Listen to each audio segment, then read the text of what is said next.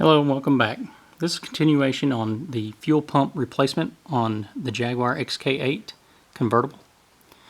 As you can see, we're underneath the car at this point, so I'm going to go over a few things we had to do to prepare to remove the fuel tank. So as you can see, the rear cradle is actually loosened and lowered, not completely off. So if you've got the capability, it is a nice thing to be able to do to get better access to these fuel lines here. You see those, because those are the worst part of this entire job, is getting up into those. They have some quick releases on them, and I've seen several videos where people have done this without lowering this and they have a really hard time getting them out. So pretty much as you see here, we've got the drive shaft loose, we've taken the exhaust loose from the first silencer back. So all of your over the drive shaft lines have to come off, as well as your rear mufflers and exhaust tips. All that will need to be come off. As you can see here, we have the suspension loose at the top of the spring and strut mount. You don't have to worry about these popping loose or anything. They're all held together through the strut at the top.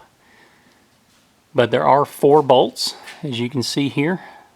They have nuts. You take those 4 nuts loose and this just lowers right out. You do have to be careful going back in, as though you can pinch these wires here. It looks like that is the brake sensor, the brake pad sensor. So that lets you know if your pad's worn. It'll give you an indicator in the dash. So you don't want to pinch that, otherwise you'll have that indicator in your dash all the time. You got the rear support here. It's got a large bolt that passes through that and then through that retainer at the top.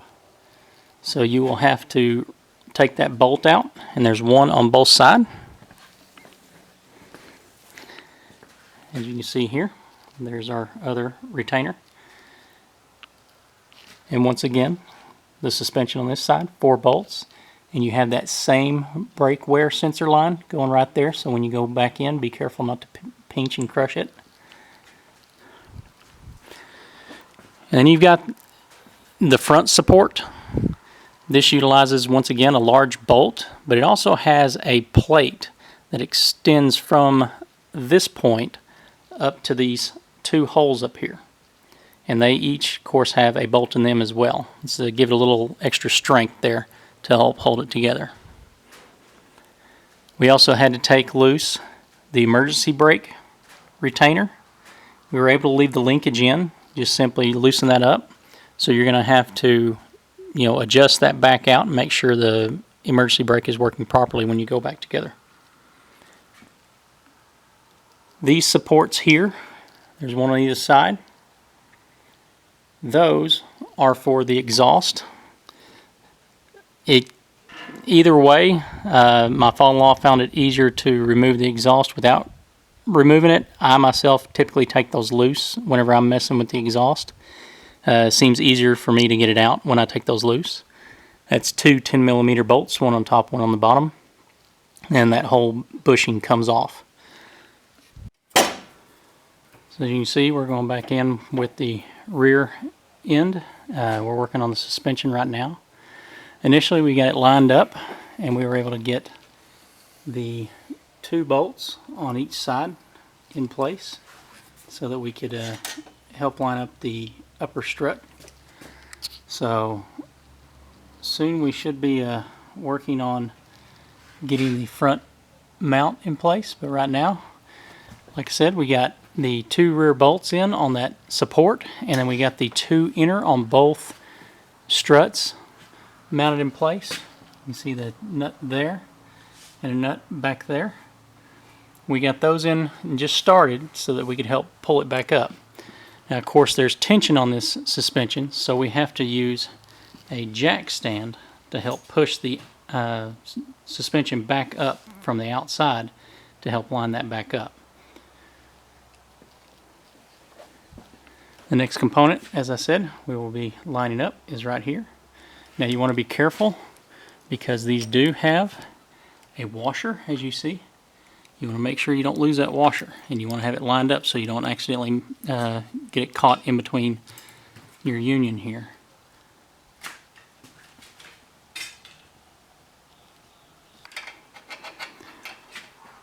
Alright, so we've got everything mounted back up in here.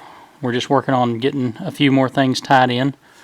And the torque on these bolts here, which of course is very important whenever you're working on a car. You definitely want to follow all torque specs as the guide tells you. Fortunately, we do have a guide on this unit. So, as per this plate here, like I said, it's a multi-bolt plate that holds the front section in place. This outer bolt here, 40 foot-pound torque, where these next two bolts that are on the more inner side of the car, those are at 80 foot-pounds. So we still, like I said, have a few more things to tighten up. Also wanted to give you a view of what we were talking about for those fuel lines. If you can get your hand up in there, you've done better than we have. Okay, so we're finishing up on the torques. This one here, which is on the main bolt on the bushing for the front part of the rear cradle. That there was right at 80 foot-pound, just like these two here. These, and of course 40 foot-pound, like I mentioned before. You're going to have 60 foot-pound on the drive shaft. We're just getting them tightened down right now so we can get them torqued. You'll notice there's a yellow paint strip on the drive shaft. We did that so that we could line it back up and not have to worry about getting the drive shaft out of balance. You want to be sure and do that, otherwise you might notice some vibration after you get it all back together driving down the road. We also had to torque these rear support bolts. Those torqued in at 60 foot-pound of torque. Over here as well. And we also had the 4 bolts on each side. Those torqued at 15 foot-pound. Now I wound up going up a little bit because I had to use a rather long extension, as you can see here. This extension here was the one I had to use. Also has a swivel. So I've always been taught the rule of thumb is every 3 inches of extension you want to add a foot-pound. And this is treated as a 3-inch section, so add a foot-pound for your swivel, because it is going to give a little bit of weakness and springiness. So, like I said, I bumped my torque wrench up to 20 foot-pound instead of 15 because of my long extension and swivel to get my 15 foot-pound.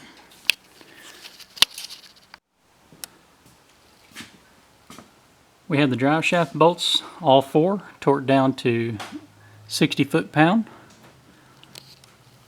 You got 4. Of course, you have to rotate it around as you're torquing them down. We also have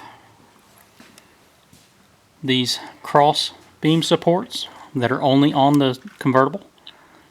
There's 2 bolts, 1 on each end of each one of these, so a grand total of 4. All those are all torqued down to 65 foot-pound. And a quick correction, I think I told y'all 60 foot-pound on these. This was actually 65 as well, and that's the upper rear brace that we had to take loose to drop it all down. Okay, final part to getting all this back together is the emergency brake linkage. So we had this one 13mm nut off, and that allowed the cable and everything to come loose. So when you're going back on, you need to watch this plate, because it is designed to go one way. You want your cable on the bottom, and you actually have a hump on the top side. And it's got this foam here to kind of help keep the cable from vibrating around and getting rubbed on by the bolt. So, but like I said, you want the smooth part on the bottom. The cable's going to go below the bolt, and then you're going to run this foam in and tighten this down. We had pre-marked it before we took it apart, so we knew exactly where it was when we took it off. Not a necessity, but just check your e-brake and tighten this down until it's where you want it. You should be able to get probably around 4 or 5 clicks, and the e-brake should be fully taut.